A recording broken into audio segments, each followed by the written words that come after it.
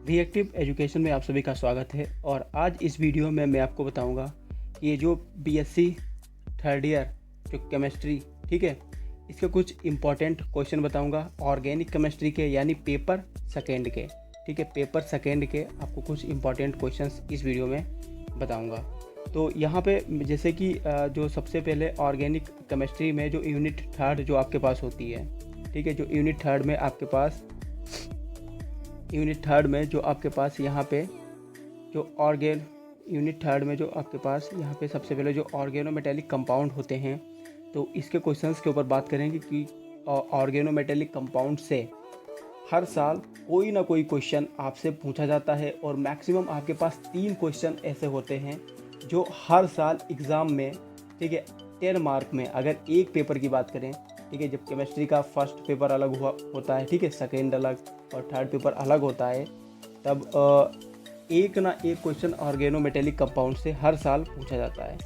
ठीक है, तो यहाँ पे जैसे कि ये जो पहला क्वेश्चन आप लोगों के पास लिखा हुआ है, और कहाँ पे पहला क्वेश्चन लिखा हुआ है, ये वाला, ठीक है, what is Grignard reagent, discuss their preparation and synthetic application of Grignard reagent.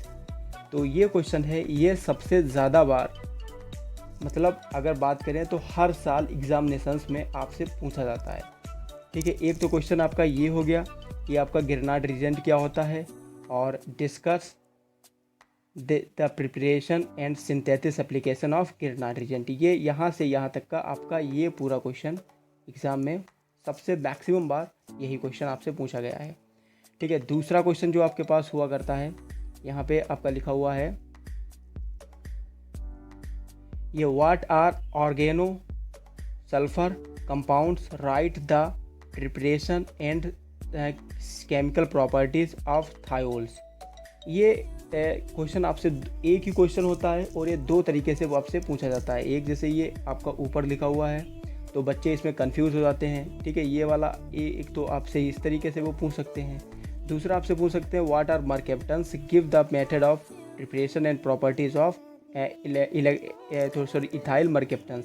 तो ये दोनों क्वेश्चन आपके दोनों एक ही हुआ करते हैं और एग्ज़ाम में आपसे घुमा के पूछा करते हैं। कभी ये वाला पूछ लेते हैं तो कभी ये वाला पूछ लेते हैं। तो बच्चे काफ़ी ज़्यादा कंफ्यूज हो जाते हैं कि ये ऑर्गेनो सल्फ़र कंपाउंड, ठीक है, और मर्केप्टन्स ये दोनों अलग अलग होते हैं। ठीक है, तो अलग नहीं होते हैं, बस उनको पूछने का जो पॉइंट ऑफ व्यू है वो डिफरेंस है। ये आपके दोनों क्वेश्चन ये एक ही हैं। ठीक है, ये दोनों क्वेश्चन आपके एक ही हैं। तो आपसे 2 क्वेश्चन यहाँ पे हो गए। ये क्वेश्चन जो हैं मैक्सिमम बार आपसे एग्जामिनेशंस में पूछे जाते हैं। मैक्सिमम मतलब हर साल। ठीक है, यहाँ से आपसे कोई ना कोई क्वेश्चन 10 मार्क में पूछा जाता है। तो आगे बात करें तो एक क्वेश्चन और आपके पास यहाँ लिखा हुआ है, give the method of preparation and properties of benzene sulphonic acid. अगर 2021 की बात करें, ठीक है, यानी लास्ट ईयर की बात करें, तो ये क्वेश्चन आपसे पूछा गया था वहाँ पे लॉन्ग में। ठीक, तो इसको भी आप तैयार कर ले, बहुत ही इजी क्वेश्चन है। ठीक है, और बहुत ही अच्छी तरीके से आप इसको तैयार कर सकते हैं, कोई भी आपसे प्रॉब्लम नहीं होगी। ठीक है, और ऐसे ही आपके अब बात करेंगे हम हेट्रोसाइक्लिक कंपाउंड के ऊपर। तो हेट्रोसाइक्लिक जो आपके पास कंपाउंड हुआ करते हैं, यहाँ पे भी आपके पास मैक्सिमम 2 ही क्वेश्चन होते हैं, वो आपसे बार बार पूछते रहते हैं। वो एक तो आपसे डिस्क्राइब द मेथड ऑफ एक तो वो आपसे पूछ लेते हैं यहाँ से describe method for preparation of pyridine. ठीक है, और उसके बाद nucleophilic substitution nucleophilic and electrophilic substitution reaction in pyridine. यानी आपसे वो पूछ लेते हैं कि describe method for the preparation of pyridine, give an account of electrophilic and nucleophilic substitution reaction in pyridine. तो एक तो ये क्वेश्चन आपका होता है।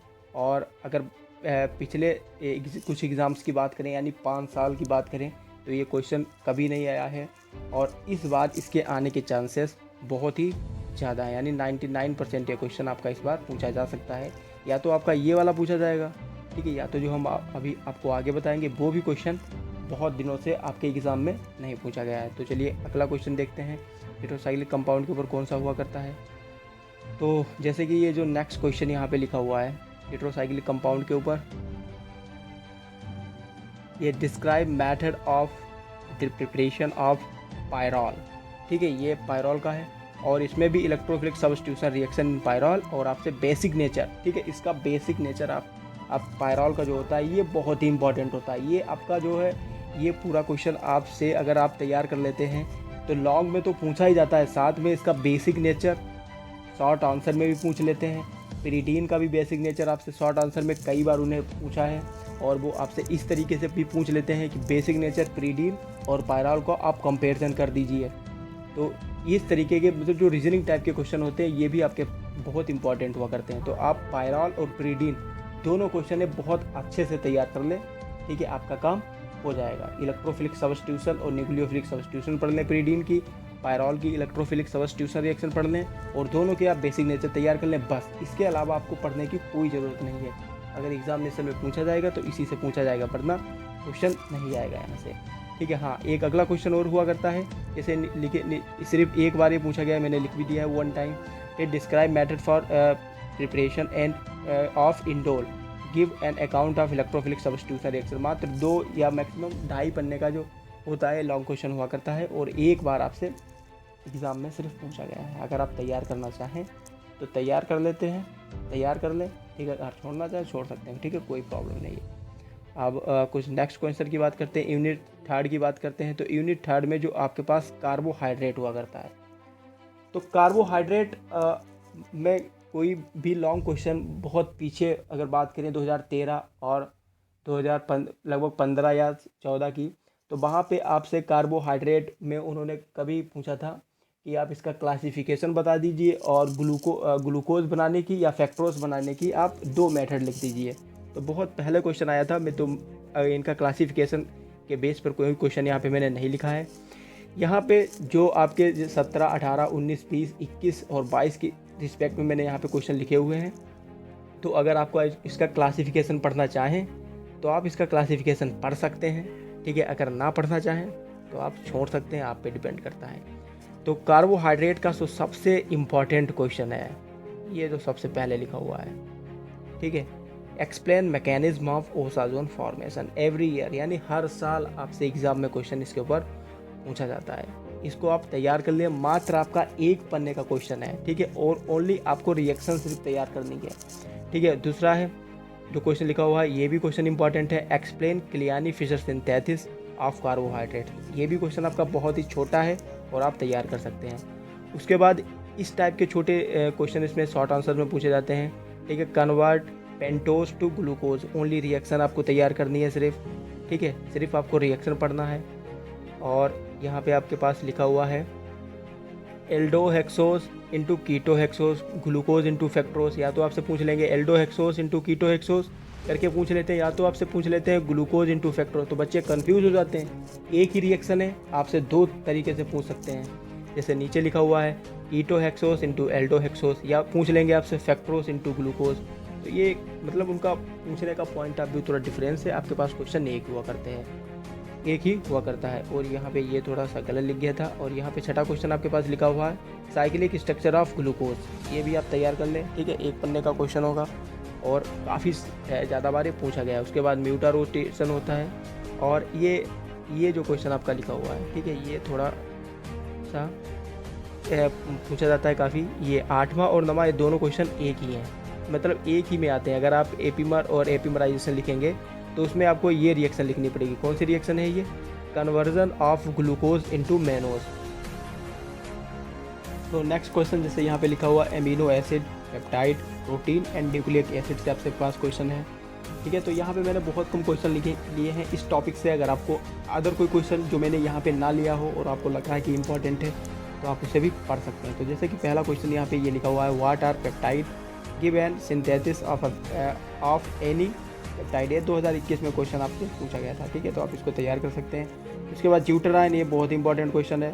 और नेक्स्ट की अगर बात करें तो what are amino acid, describe their classification, ठीक है, and method of preparation of amino acid. तो ये भी आप पढ़ सकते हैं, लेकिन काफ़ी लंबे टाइम से ये क्वेश्चन आपसे यहाँ नहीं पूछा गया है, ठीक है। और नेक्स्ट क्वेश्चन जो आपके पास लिखा हुआ है, ठीक है, ये वाला और ये वाला, ये दोनों क्वेश्चन आप तैयार कर लें। यानी एमिनो एसिड का जो सिंथेसिस कुछ करके होता है, ठीक है, उससे ये आपका कूप सिंथेसिस और स्ट्रेकर सिंथेसिस का क्वेश्चन है, आप इसको तैयार कर सकते हैं। तो अगर एमिनो एसिड से अगर आपको कोई क्वेश्चन लगता है कि पढ़ने लायक जो मैंने यहाँ पे ना बताया तो आप उसको तैयार कर सकते हैं, लेकिन मैंने यहाँ पे बहुत कम ही क्वेश्चन लिए हैं, ठीक है, क्योंकि अभी आपका पेपर भी कंफर्म नहीं है कि आपके 3 पेपर केमिस्ट्री के कराए जाएंगे या एक ही पेपर 2021 के रिस्पेक्ट में होगा, ठीक।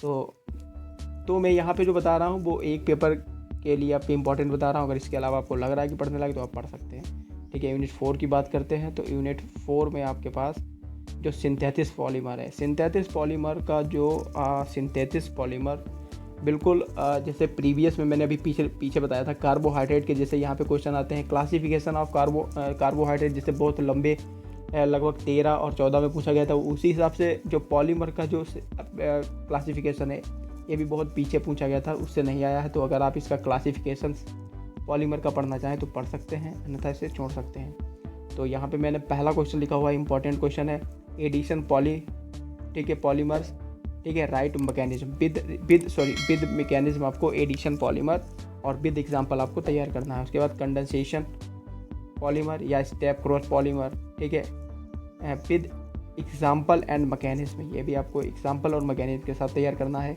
उसके बाद कुछ इसकी इंपॉर्टेंट रिएक्शंस हुआ करती हैं, जैसे कि ये मैंने यहाँ पे लिखा हुआ है नायलॉन 66, इसकी आप प्रॉपर्टी पढ़ लें, यूज पढ़ लें और रिएक्शन पढ़ लें। पॉलीविनाइल क्लोराइड PVC, ये भी आप तैयार कर सकते हैं, प्रॉपर्टी यूज, ठीक है, पॉलीस्टाइरीन, ऑर्लल और टेफ्लॉन। और ये जो क्वेश्चन लिखा हुआ है फिनॉल फॉर्मेल्डिहाइड रेजिन यानी बेकेलाइट, ये आपको क्वेश्चन इंपॉर्टेंट है, ठीक है। ये जितनी, और यहाँ पे एक नीचे की ओर क्वेश्चन लिखा हुआ है ये वाला, ठीक है, राइट ए नोट ऑन कोपॉलीमराइजेशन, ये भी आप तैयार कर सकते हैं। तो ये जो इतने क्वेश्चन यहाँ पे लिखे हुए हैं इनके आपको रिएक्शन, ठीक है, रिएक्शन भी पढ़ना है प्लस यूज़ और इनके जो कुछ प्रॉपर्टी यानी गुण भी इनको पढ़ने हैं, ठीक है। तो नेक्स्ट की अगर बात करें तो अगला हमारे पास लिखा है सिंथेटिक डाइज, ठीक है। ये जो होता है इससे कोई ना कोई हर साल, ठीक है, यानी एवरी ईयर, मतलब हर साल इससे कोई ना कोई क्वेश्चन आपसे पूछा जाता है, किससे, कहाँ से, सिंथेटिक डाइज से। तो मैंने यहाँ पे आपके पास 7 या मैक्सिमम 8 डाइज होंगी सिलेबस में, तो मैंने यहाँ पे सिर्फ 4 डाइज ली हैं, ठीक है। ये जो डाइज हैं यही काफ़ी ज़्यादा टाइम बार पूछी गई हैं, तो आप इनको तैयार कर लें। एक तो कांगो रेड है, ठीक है, मेलाकाइट ग्रीन है, उसके बाद एल्जरीन एंड इंडिगो है और ये फिनोफलिन है, ठीक है। ये आप कितनी हो गई, 5, ठीक है। मैंने यहाँ पे 5 डाइज ली हैं, ठीक है, बाकी आपके 7 या 8 होंगी, आप तैयार कर लें। हर साल इनके ऊपर कोई क्वेश्चन आपसे लॉग में पूछा जाता है। और उसके बाद कुछ क्वेश्चन ये नीचे रह गए, मैंने यहाँ पे आपको बताया है, ठीक है। सम क्वेश्चन है ये छूट गए थे तो मैंने यहाँ पे लिख दिया, जैसे selection rule of IR spectroscopy हो गया। उसके बाद how do your prepare sulphonamide या saccharin, write reaction and use, ठीक है, ये भी आप तैयार कर लें। और उसके बाद प्रोटीन डिन्यूट्रेशन यानी प्रोटीन का विकृतीकरण आप तैयार कर सकते हैं। ये जो सल्फोनामाइड का क्वेश्चन है ये भी बहुत ज़्यादा बार एग्जाम में पूछा गया है, तो बहुत ही इंपॉर्टेंट क्वेश्चन है, ठीक है। अगर आपको वीडियो अच्छी लगे वीडियो को लाइक करना, शेयर करना और हो सके तो हमारे चैनल को सब्सक्राइब करना। मिलते हैं नेक्स्ट वीडियो में। अगर आपसे कोई प्रॉब्लम है तो आप कमेंट सेक्शन में बता सकते हैं, या आपको किसी अदर टॉपिक पे इंपॉर्टेंट चाहिए तभी आप नीचे कमेंट छोड़ सकते हैं, मैं उस पर वीडियो बना दूंगा। Thank you so much.